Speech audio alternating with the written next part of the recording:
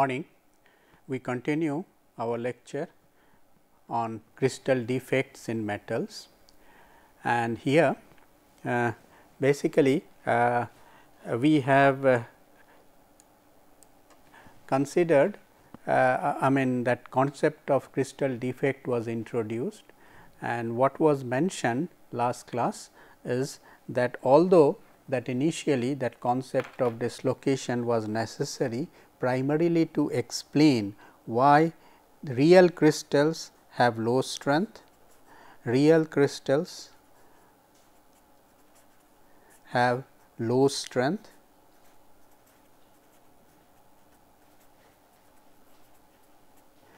and also we have seen that too for homogeneous nucleation of dislocation, either homogeneous nucleation of dislocation in a crystal or to move or to plastically deform an ideal crystal, you need a very high order of strength. And Taylor introduced this concept the way back in 1930. 1930s, I think this concept of dislocation was introduced by Taylor, but it was not until subsequently later, when there was a direct evidence of presence of crystal defects like dislocation. Now, one of the simplest way of looking at dislocation is a chemical, that etch-pit technique. So, if you polish a metal and electropolish, and there are special etching techniques, and dislocations we know that they cannot either they will be endless, or if they have to end, they will end on a free surface. So, which is shown over here. So, suppose there is a dislocation in a solid, it cannot end, it can be a endless loop within, but if it intersect, but it can intersect a surface. This is the end point of a dislocation. Now, depending on the nature of this dislocation, so there will be lattice disturbances here. So, there will be one kind of lattice disturbance in case of an edge dislocation, another kind in case of a screw dislocation.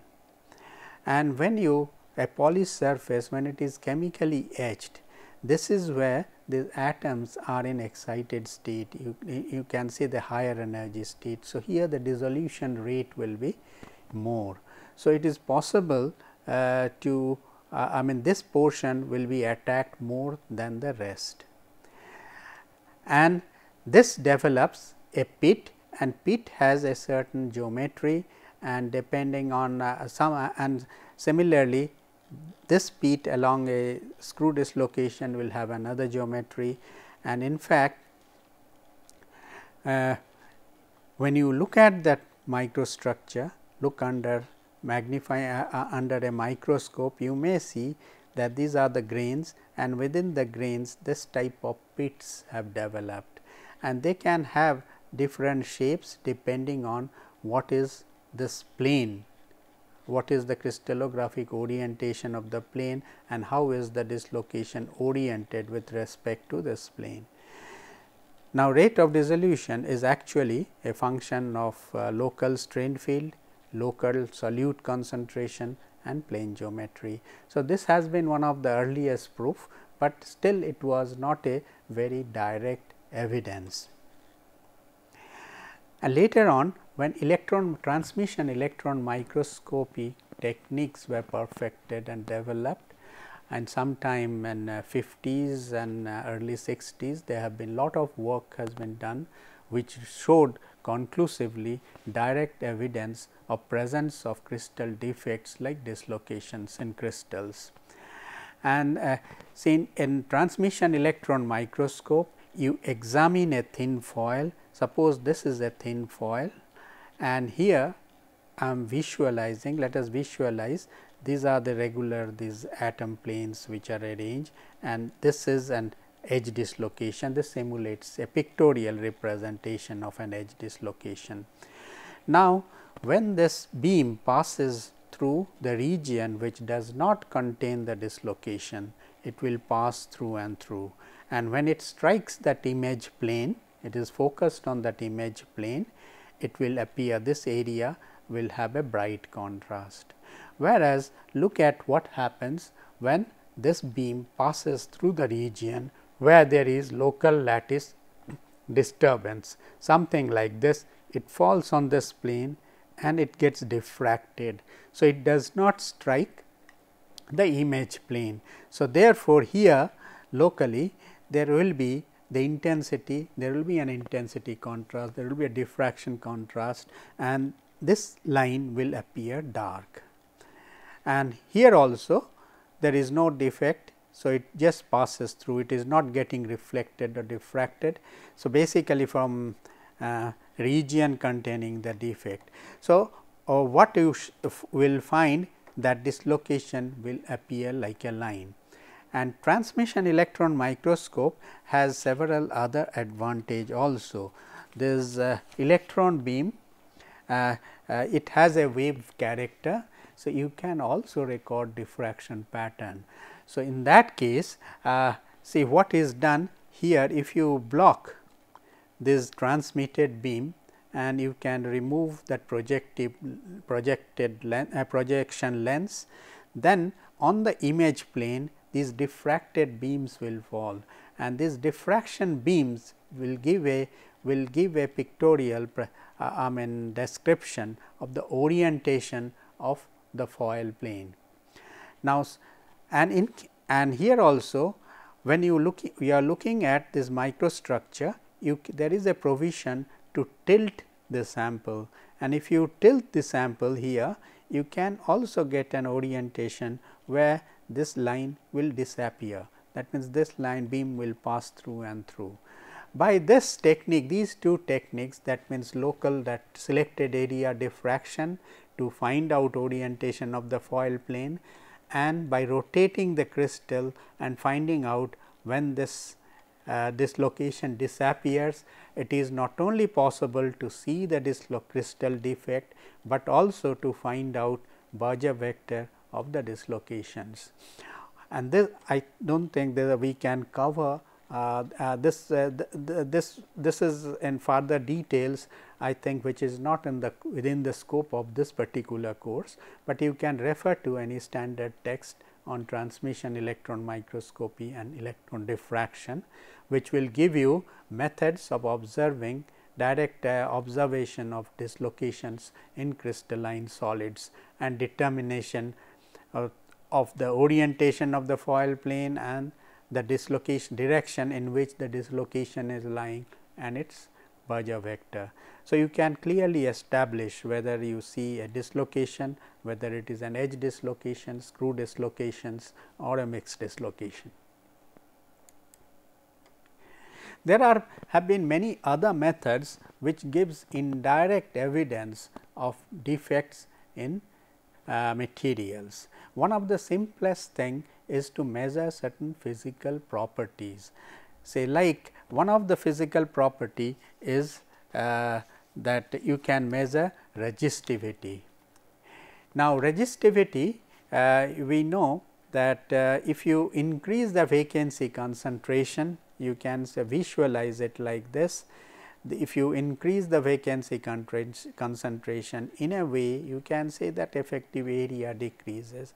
So, therefore, if you increase vacancy concentration, this actually that basically this will, that electron movement, I mean electron which is the carrier of electricity, it will encounter some additional resistance, and this change in resistivity of a material will be directly proportional to the concentration of the vacancy. So, N V is the number of vacancy and rho V is the change in, this represents the change in resistivity when you introduce one vacancy in the lattice. So, therefore, if you have N V number of vacancy in the lattice, this will be the change in resistivity, and we have found out an expression for number of vacancies that can exist in a material at a particular temperature, and this is given as N is the total number of lattice sites, N exponential minus Q V over kT, where K is the Boltzmann constant and Q is the energy which is required to create a vacancy in the lattice. So, this is a very simple expression and you can find out resistivity easily of a material. And in fact, one of the earliest work that was done, if you take a sample, say a small piece of say sample. So, earliest work was done on gold. It was heated to a high temperature. When you heat it to high temperature, a lot of vacancies, that concentration of vacancy will be much higher than that you get at room temperature. Now, if you cool it very fast, in that case what you are doing? You are retaining excess vacancy at room temperature, or you can quench also sub-zero temperature to ensure that vacancy does not diffuse out. You can quench it in a low temperature bath, and then what you do? You measure the vacancy or measure the resistivity of the material at 0 degree centigrade. So, you can now have a set of data by heating gold to different temperature, quenching to a sub-zero temperature and measuring the resistivity at a constant temperature, say 0 degree centigrade. Now, you have a set of resistivity data as a function of the temperature at to which the sample was heated, and we can make if you assume that since we are quenching it very fast and this temperature is very low, the these defects cannot diffuse out and they are held within the crystal. And what you find actually, the resistivity increases with as you increase the temperature. And if you make a plot, if you look at this, if you plot log of change in resistance against 1 over T, you will get a linear plot something like this, and the slope of the plot can give you an estimate of the energy that you need to create a vacancy.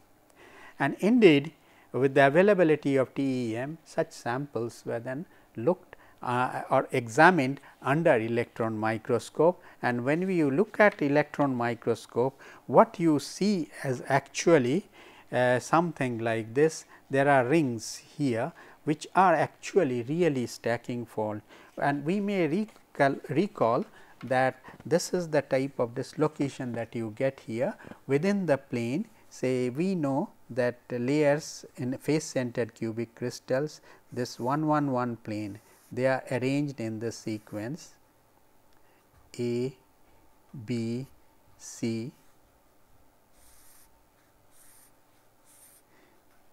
A, B, C. Now, what is happening here? These vacancies, they are concentrating over here. So, this area, this vacancies have come here and this goes out. So, what you have here, a sequence within this, you have a sequence A, B, then you have C, and here the lattice, this plane will get slightly distorted, this plane will get slightly distorted, and there is a stacking fault in this stacking, and this fault we have been told, you have been told that this type of fault is known as Frank, formed due to formation of Frank partial dislocation. And this dislocation, here is the extra plane of atom, this is the slip plane, and this is the Berger vector of this, and this Berger vector will be A by 3 1 1 1 type. And here when you are passing this TEM, that electron beam, so from here and here you can see there will be the thickness, say that means out of few layers, because when you see the foil, these foils are extremely thin, they contain only very few, they may be of the order of maybe around say 100 to 1000 angstrom, that kind of thickness, these foils will be very thin. And here you can clearly see that when this passes through this line here, so these planes are distorted like this gets diffracted out. This gets diffracted out. So, the beam which will pass through this region, you will find that it will be a diffraction contrast and a ring like this, and by measuring the dimension of the ring, people have calculated the stacking fault energy also can be calculated.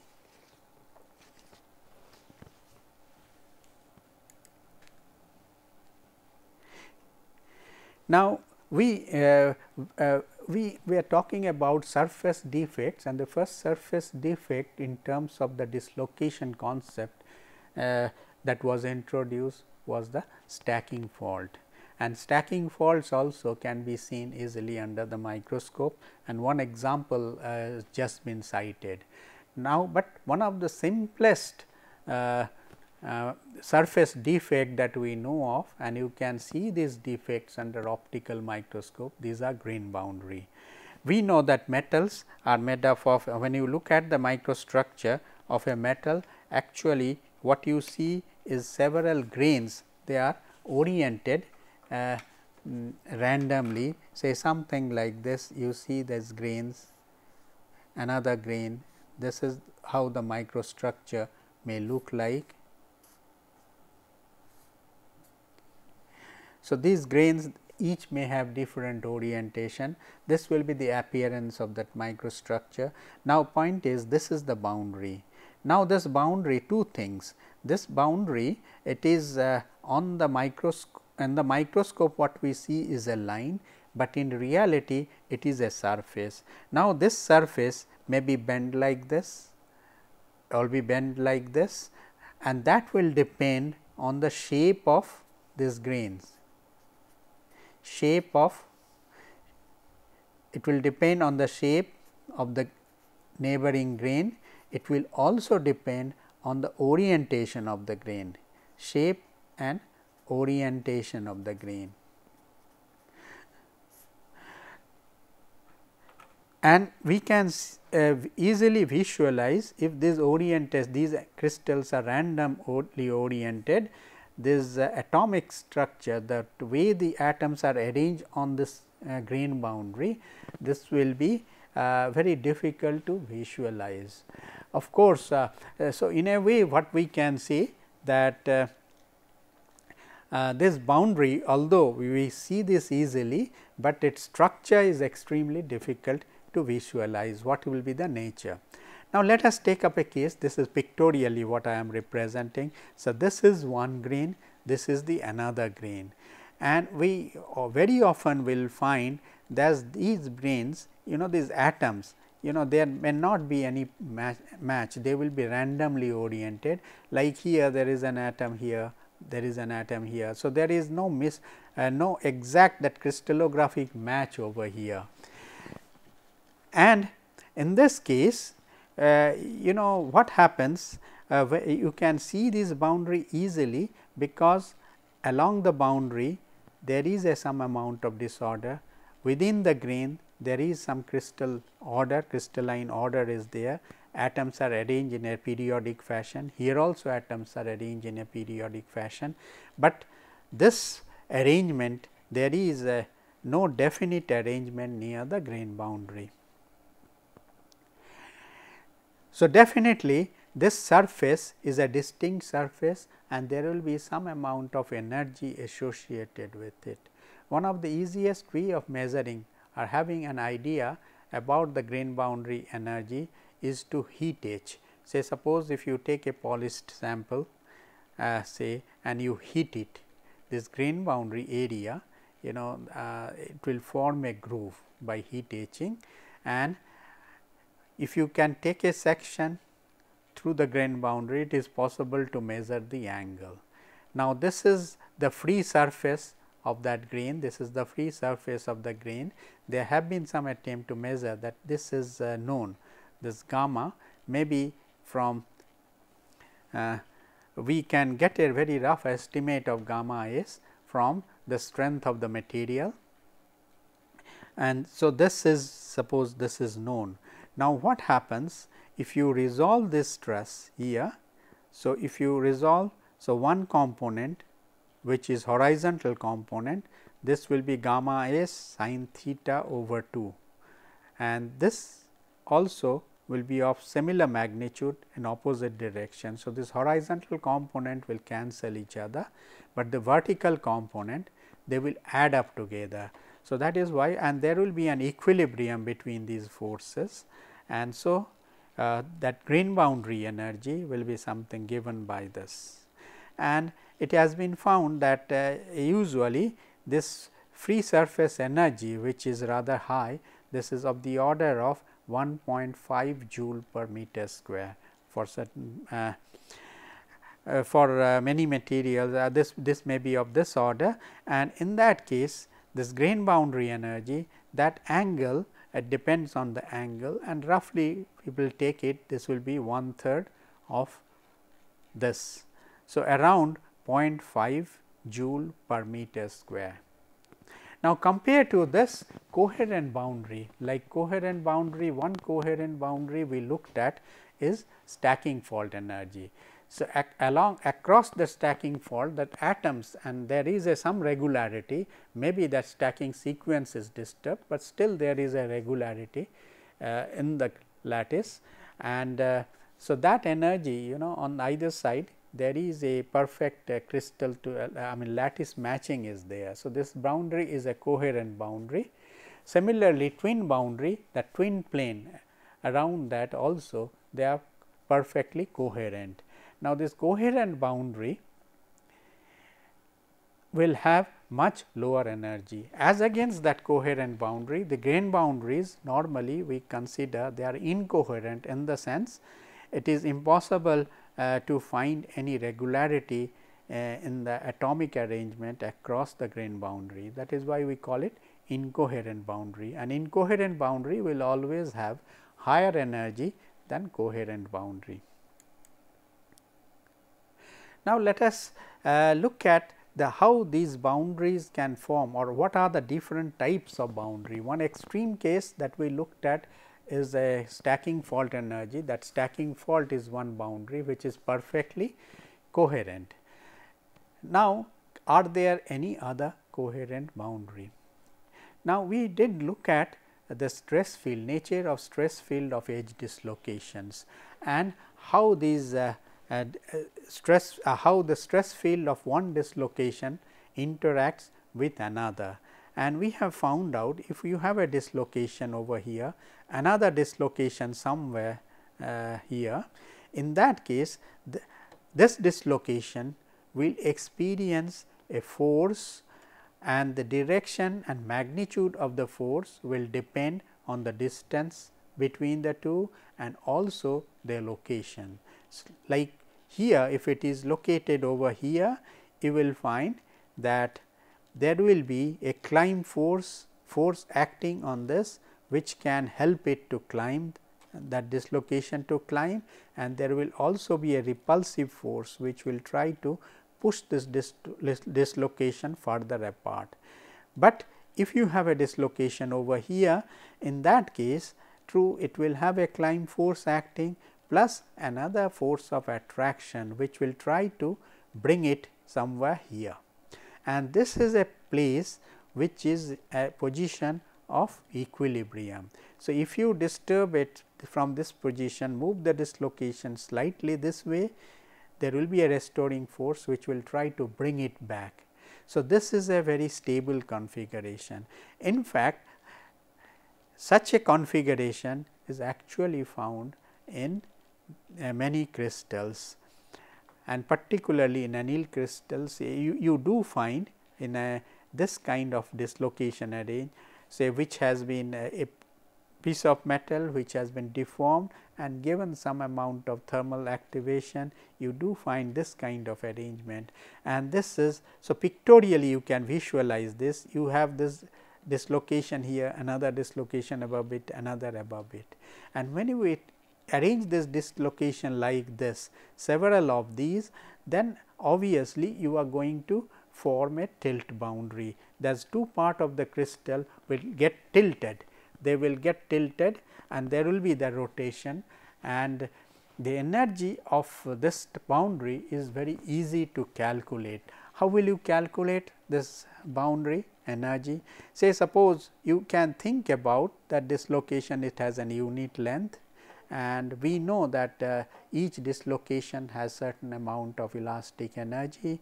So, we can know, say suppose within this volume there is only one dislocations, and then so this particular area, what we can say with this area, this length and perpendicular to the plane of this drawing, say this is the boundary which is perpendicular to the plane of the drawing. So, it is possible to calculate the stored energy per unit area of the boundary.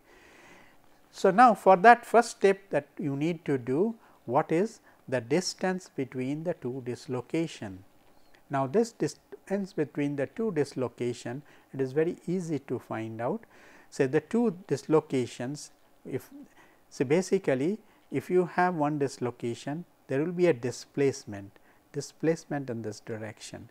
So, if you have one dislocation, the displacement is b and b over h is the angle. So, basically, so roughly what we can say, if there are two dislocations, if there are these two part, these two dislocations, they will be pushed apart by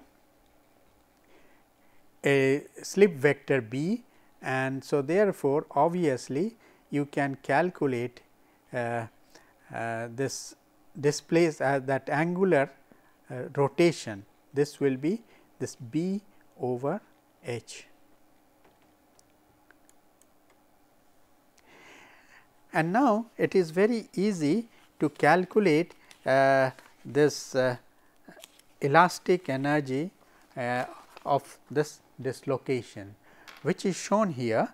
What you do is you try and find out that we have just seen that theta is equal to b over d.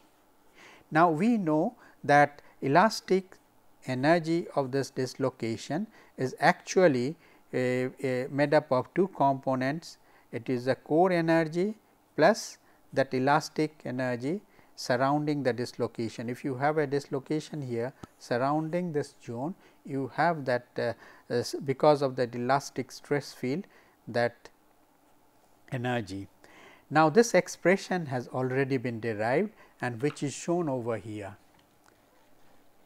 And here if we assume that this core is of the order of the dimension of the core is of the order of the Berger vector, in that case core energy will be this is the part which is giving the core energy, this times this is the energy of the dislocation core, and this is the elastic stored energy for this dislocation. And what will be the size? The dimension will be the distance between the two dislocation, this distance between the two dislocation d over here. Now, this d, you take d by 2 here, d by 2 here. So, this is the one, and imagine the perpendicular, imagine that perpendicular to the plane is the boundary. In that case, the energy is given by this, and here you can substitute the value of d. So, d is b over theta. So, if you substitute b over theta, so you get 1 over theta, and r 0 is equal to b if you assume, then you get this expression. So, therefore, here you can, so this is the energy per unit length of the dislocation. Now, you have to multiply by this by this distance. So, if you multiply this, then you get this energy per unit area of this boundary will be equal to theta this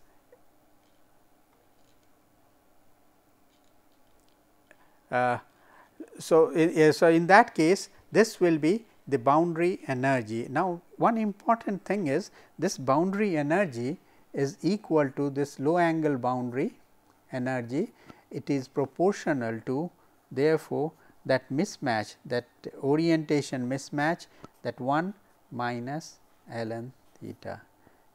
So, this is a function of theta. As you can clearly see, if the theta is 0, then energy of the boundary, I mean it will be 0. But as theta increases, then you can say that energy, boundary energy will increase, and always we think about low angle boundary where that mismatch is of a very low, maybe maximum of the order of 5 and 10 degree, around that. But if you extend, if you assume that it extends beyond that, of course, there are a lot of approximations when in this derivation.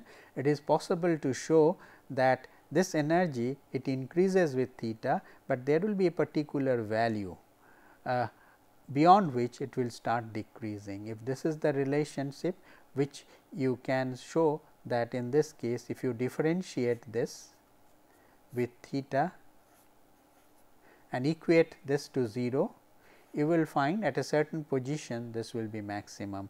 Of course, this will overestimate that value quite, because there is some built in assumptions in this derivation. Nevertheless, this type of concept, that low angle boundary, that does give you an idea how to estimate the boundary of energy of a grain boundary. Now, how can you visualize? Is there a way we can visualize or classify the grain boundary according to the orientation of the grains and the surface on which they meet? There have been several attempts, and one very simple attempt is what they try to do. They visualize two crystals. Say if you visualize one crystal here, and this is another crystal which is side by side, which forms a boundary. Now, point is, if you extend, say suppose this is the boundary. Now, this is the atomic arrangement here is like this.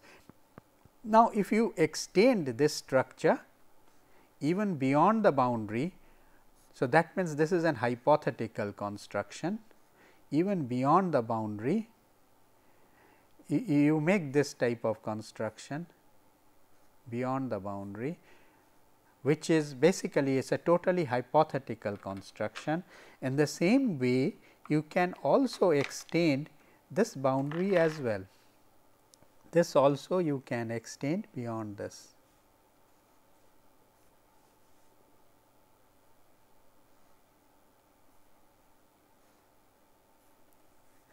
And this construction, it is very easy to do it even in a computer, using what you have to do. You assign on 2D, it is quite easy. You assign some coordinates here, and assign these coordinates, and one of these, keep this fixed, and suppose you rotate it, give a rotation, and this rotation matrix you have to visualize, and multiplying that when you rotate the matrix, rotate this array, it is possible when you give a rotation, it is quite easy to calculate the coordinate of these points when you give the rotation. Now, so with that, if you just superimpose, you may find there will be some points which will be lying one over the other, and this is what is shown over here, and this concept is called coincident site lattice concept. Coincident site lattice is actually non-existent. What you are saying is that you are trying to visualize what will be the energy of the atom, and for that what has been done here, this white array, there are two array, white one is one grain, and this red points, this is the another grain, which is not so clear, but I do not know whether this is clear. Here you can see there are arrays here. Here this is one grain and this is the other one. this is the other one. Now, some of the places you will find the 2 points they are coincident, like here. Now, if you join these coincident point, in that case you generate that coincidence lattice, which is actually something like this. So, if you have certain case where these points both are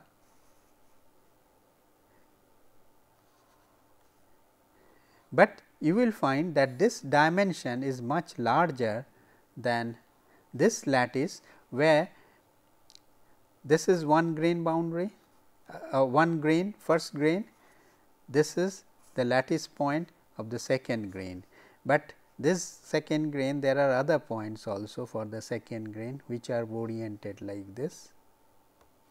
Similarly, the other one are also oriented like this, say maybe there are other points oriented like this.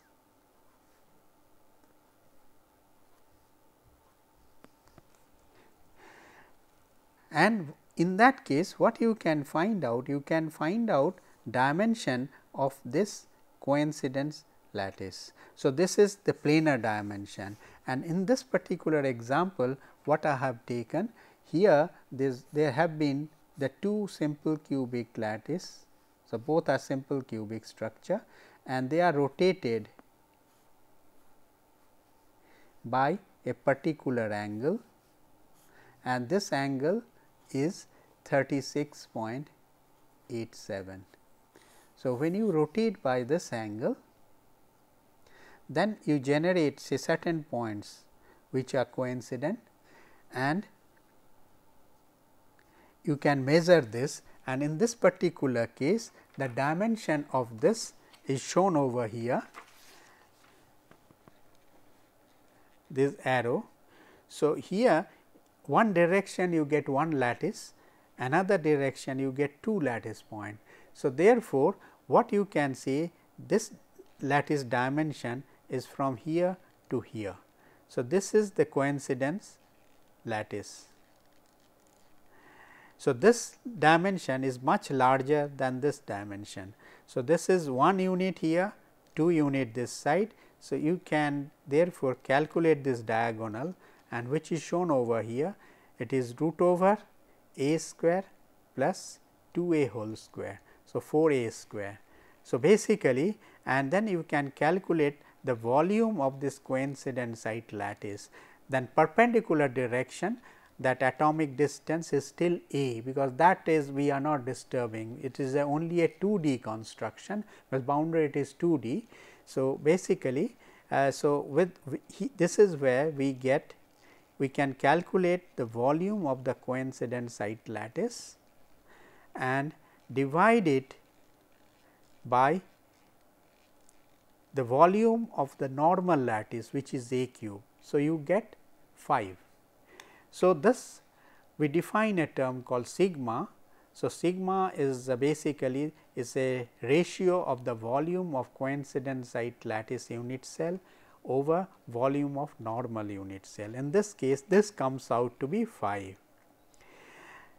So, usually if sigma is low, so basically if sigma is low means if sigma is 1 for low, in that case it is a low angle boundary. There is these boundaries are perfectly coherent, and it can be shown easily for twin boundary that sigma is equal to 3, and all boundaries which have lower sigma, low sigma, they have lower grain boundary energy. So, this is one way of visualizing or characterizing grain boundary, and it is interesting. I mean, this process of rotating the these 2 grains, giving a relative rotation, it is possible to generate different types of sigma boundaries, and usually the lower one are some of these which has been mentioned, but there can be many other which where the coincidence lattice sites they are much larger. So, obviously, they will have much higher energy.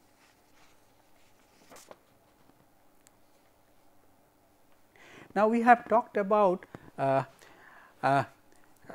stacking fault quite a lot, and there is a lot of similarity between stacking fault and stacking fault and twin, and stacking fault energy is quite easily determined, and one way of estimating stacking fault energy is by measuring the distance of separation between the partial.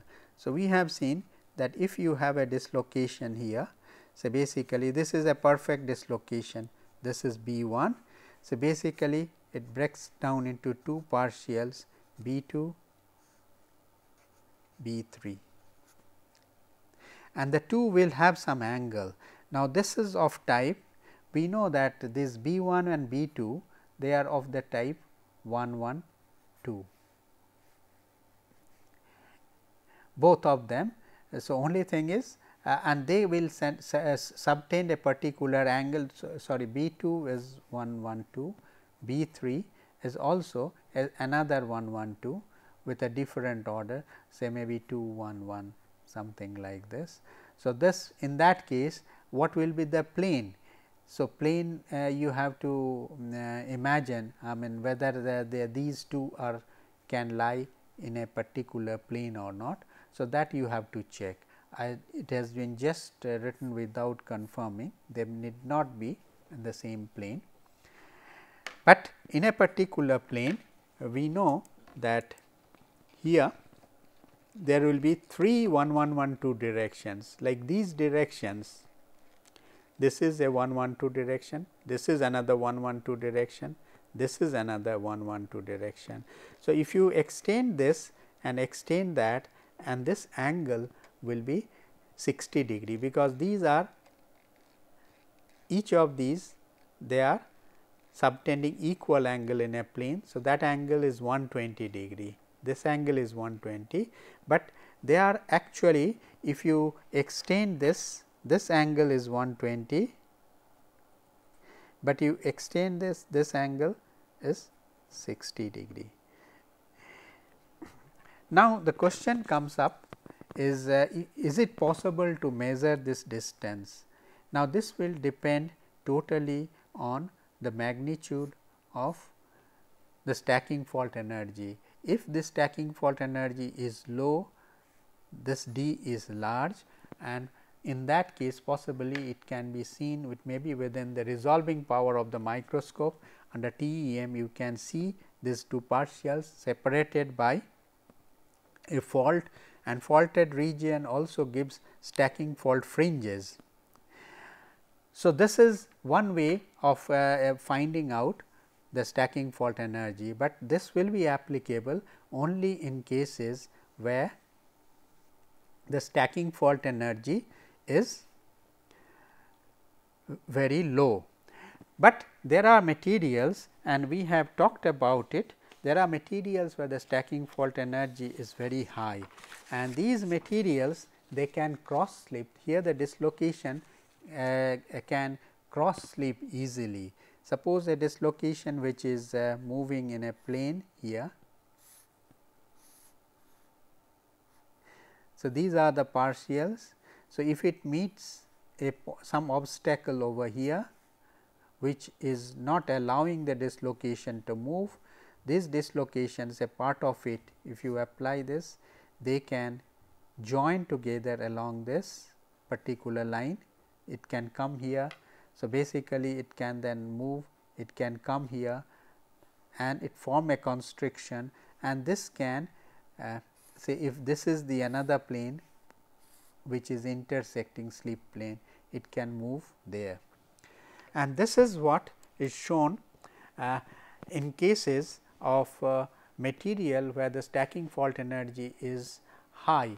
In this case, the dislocations moving say in one plane is a delta, another say in alpha.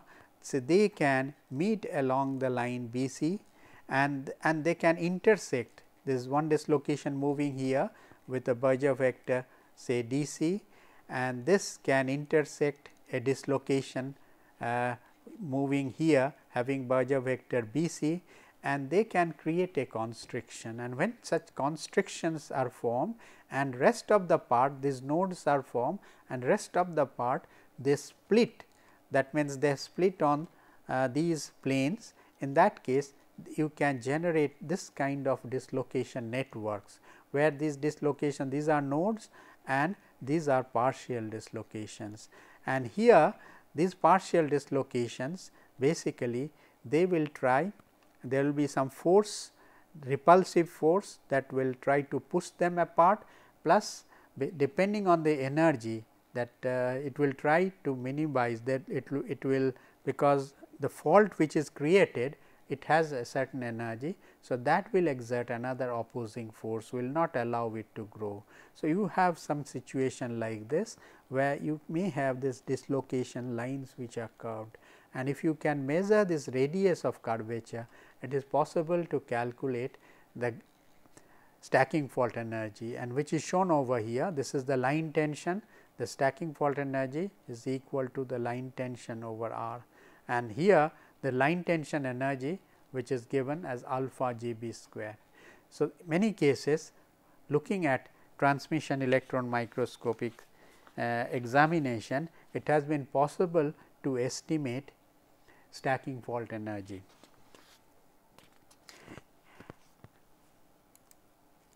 And now, let us now take up a case where in very often we have seen that experimental measurement of dislocation, we can also measure the dislocation density.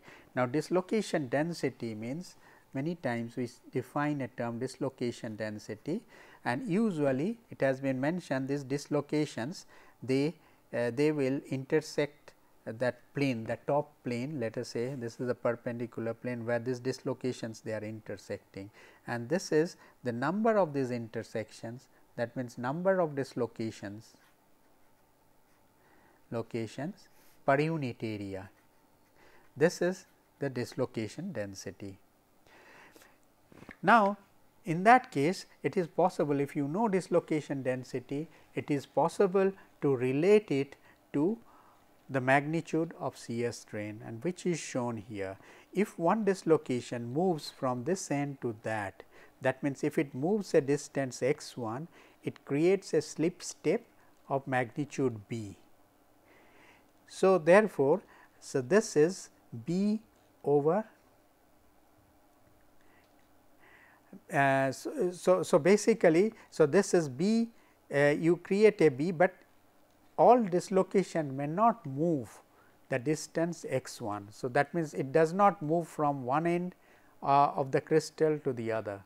It is quite likely dislocation will move a fraction of this distance, and suppose that distance a dislocation moves, we consider the dislocation ith dislocation. There are several dislocation.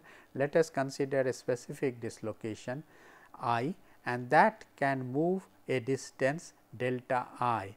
Then the strain that it will generate will be delta I b over x 1. So, this will be the magnitude of the step that will be created, and if you divide by this distance x 2, then you will get the shear strain. So, actually what is happening? The shear happening means, how do you find out shear strain? Shear strain is this step, this is the step. So, if it is delta I times b average distance over x 1. So, this is actually is the size of the step. If you divide by, say this is the dislocation I dislocation. So, therefore, if you divide this by x 2, so in that case gamma I comes out to be delta I b over x 1 x 2. Now, this is one dislocation. To get the total strain, what you have to do? You have to sum over all the dislocations. So, I equal to 1 to n, and when you sum up, then you get this, and if you can say that average distance a dislocation can move is delta bar. In that case, this is, and we can say this is the number of dislocations over the area. In that case, we say that this is the density. So, this is, so in some so therefore, we can say that total shear strain is equal to rho b, the distance a dislocation moves, average distance a dislocation moves. Very often, I mean, we are using these symbols, but it may vary from book to book, but basically what we say, the strain, shear strain also will have a direct relationship to longitudinal strain, and we can approximate. So, that means that strain is proportional to, or strain is equal to rho b and then average distance a dislocation moves.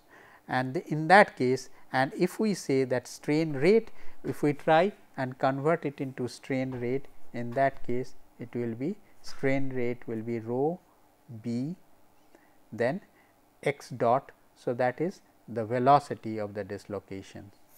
This is the strain rate. Now, dislocations are always present, I mean, in the material, and they can form a network of dislocation, and you get a very stable network in cases where you have a high stacking fault energy and something like this. And in this case, it is quite easy to show that rho, we have seen this expression rho. So, you can visualize. So, these are the pin dislocation, they can act as Frank Reed source. The yield stress or shear stress at which deformation takes place will be this, and here L is the link length. And it is quite easy to show that dislocation density, this L is actually equal to 1 over root over this dislocation density. So, therefore, what we can say that tau, that yield stress is equal to G b root over rho. So, that means as the dislocation density increases, the shear strength of the material increases. Now, another important thing is to consider the movement of a dislocation in a periodic lattice, and we had made an approximate estimate in the sense that if you look at a lattice and if you try and introduce a dislocation, you will find the top part is under compression, bottom is under tension, and therefore, we said approximately to move in such cases, to move this top part you are doing a positive work and bottom you are doing a negative work. So, therefore, net work is 0. So, stress to move a dislocation in the lattice is nearly 0, but in fact, it is not so. Actually, you have to move the dislocation in a lattice where atoms are arranged periodically, which is shown over here. Therefore, you will be some additional friction force will be required to move the dislocation, and this is particularly shown over here. This dotted diagram is a perfect lattice, the no dislocation. Now, if you try an extra plane, you get these lattice lines, they get distorted, and this distortion persists over a length, and this length is called the width of the dislocation.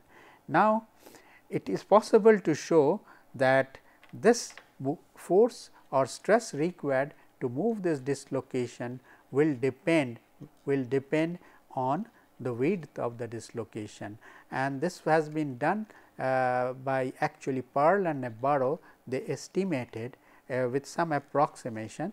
That means, we use this particular approximation that while to calculate strength of an ideal crystal, we have seen that tau equal to G over twice pi sin 2 pi x over b. So, if you look at that shear stress, there are certain position of equilibrium at b by 2. So, when you displace it here, displace it slightly, it is still try to come back, but when it goes close to this halfway, then you can say it is a stable configuration. So, with this basically, if you have to move that dislocation, through this periodic lattice, you will get or experience an additional you have to overcome an additional force, and they have found out that this tau is equal to this. It depends exponentially on W. So, you can just substitute. So, basically this Pearl stress is proportional to exponential, this is width of dislocation over Berger vector. Now, this width, if you say that this width in particularly metallic crystals, they extend over several atomic distance, maybe 10 say it will be, say dislocation core itself sometime we take is a 5 B. So, it may be little more, maybe 10 times that. So, if you substitute that, you will find extremely low, say suppose even if you substitute, let us say 5 B is the dislocation width. In that case, if you say 5 B, so e to the power minus 10 2 pi or pi times 10. So, 30 e to the power minus 30. So, that means this stress is extremely low.